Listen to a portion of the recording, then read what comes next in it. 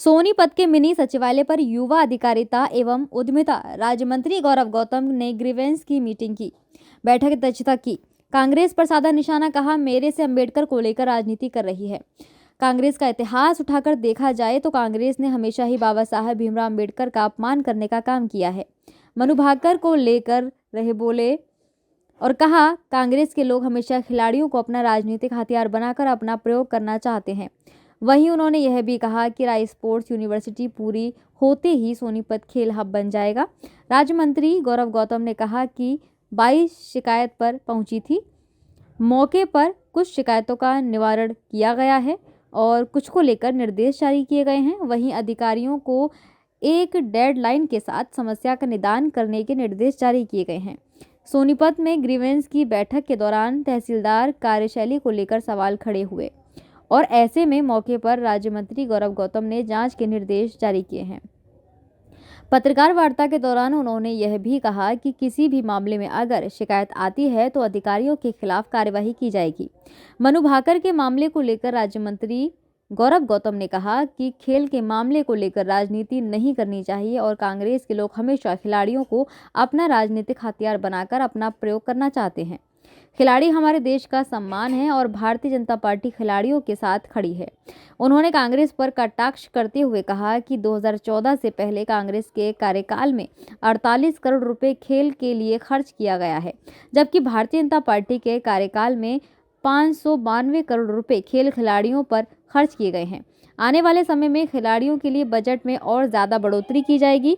Congress party द्वारा doctor Bhimrao Ambedkar के अपमान को लेकर किए गए प्रदर्शन पर राज्य मंत्री बोले और कहा कि कांग्रेस का इतिहास उठाकर देखा जाए तो कांग्रेस ने हमेशा ही बाबा साहब भीमराव अंबेडकर का अपमान करने का काम किया है।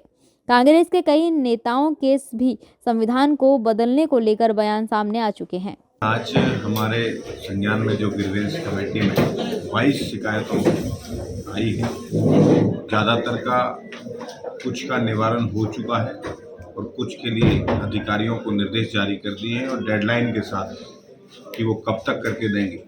ये अधिकारी जो शिकायतकर्ता आए थे, ज़्यादातर सभी शिकायतकर्ता संतुष्ट होकर इस ग्रीवेंस कमेटी से गए हैं और मुझे लगता है कि अगली ग्रीवेंसेज में ये सारी जो समस्याएं उन्होंने रखी है तो ज़्यादातर समस्याएं का समाधान हो जाएगा। तहसील में भ्रष्टाचार का मामला भी रखा गया है। कोई बात आती है तो हमने अधिकारियों को निर्देश भी दिए हैं। आने वाले समय में कोई शिकायत आएगी तो उस पर कार्रवाई होगी और अभी अगर शिकायत कोई आई है उस पर जरूर कार्रवाई के लिए निर्देश दे दिए। मनु भाकर के मामले पर अब राजनीति शुरू हो गई है। रणदीप सुरजेवाला ने ट्वीट करके इसे खिलाड़ियों के साथ अन्याय बताया, क्या कहेंगे? मुझे लगता है कांग्रेस के साथियों को खेल में राजनीति नहीं करनी चाहिए।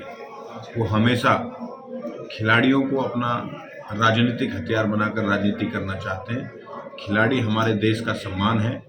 हमारी पार्टी, हमारी सरकार खिलाड़ियों के साथ खड़ी है और उनके लिए हर संभव अच्छा प्रयास देश के और हमारे खास करके हरियाणा के खिलाड़ियों के लिए हम पहले भी प्रयास करते आए और आगे भी बहुत अच्छा प्रयास करेंगे। खेल नीति पर सर अक्सर सवाल खड़ा करता है विपक्ष की, उनके समय में पद लाओ पदक लाओ, ज्यादा नौकरियां दी जाती थी। विपक्ष को अपने गिरेबान में झांक के देखना चाहिए। 2014 से पहले उनके 10 साल में 48 करोड़ रुपया खर्चा खेल में हुआ ये, और हमारे 10 साल में 592 करोड़ रुपए हमने सरकार के खिलाड़ियों पर खेल पर खर्च किए। आने वाले समय पर इस बजट को और बढ़ाकर खिलाड़ियों की सुविधा के लिए और से अधिक मेडल हमारे ला सकें उसके लिए नहीं। कांग्रेस पार्टी का इतिहास उठाकर देखेंगे तो वो बाबा साहब अम्बेडकर साहब का हमेशा से उन्होंने अपमान किया था। कई बार उनके नेताओं के बयान है कि संविधान को बदलना पड़े तो बदलेंगे। ये बयान उनके मुखारबिंद से पुरानी वीडियो में आप सुन सकते हो किस प्रकार से बाबा साहब जब चुनाव लड़ रहे तो उनको हरवाने के लिए पंडित नेहरू ने काम किया था। तो मुझे लगता है कि बाबा साहब का अपमान जितनी बार कांग्रेस ने किया है वो अशोभनीय है। कांग्रेस पार्टी ही संविधान और बाबा साहब का अपमान करने का काम कर रही है। हम प्रयास कर रहे हैं कि हर चीज़ अच्छे से हर डिस्ट्रिक्ट में हो और आने वाले समय में जब राय स्पोर्ट्स यूनिवर्सिटी बनकर तैयार हो जाएगी तो मुझे लगता है सोनीपत खेल का हब होगा।